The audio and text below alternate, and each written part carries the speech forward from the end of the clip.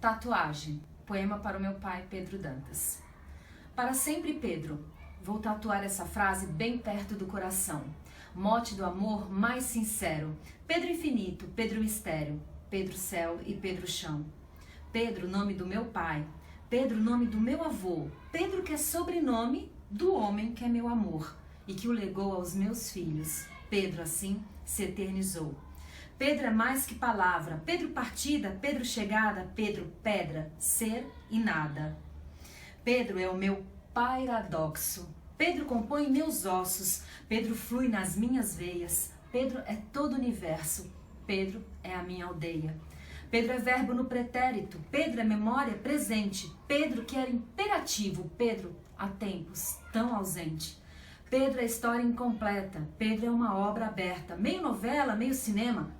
Pedro é um enorme dilema. Pedro em meu livro é prefácio. Pedro também é epílogo. Pedro exercício. Pedro estilo. Pedro prosa. Pedro verso. Pedro é um aperto no peito. Pedro é a própria saudade. Pedro é a minha linguagem. Pedro é herói e vilão. Pedro é a bússola, o norte. Pedro é a estrela guia. Pedro é um mar imenso. Pedro é a minha geografia. Pedro é o certo e o avesso. Pedro é o meu desconcerto. Pedro é a minha solidão. Pedro é o protagonista.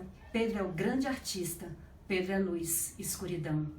Pedro é a minha memória. Pedro é vasta biografia.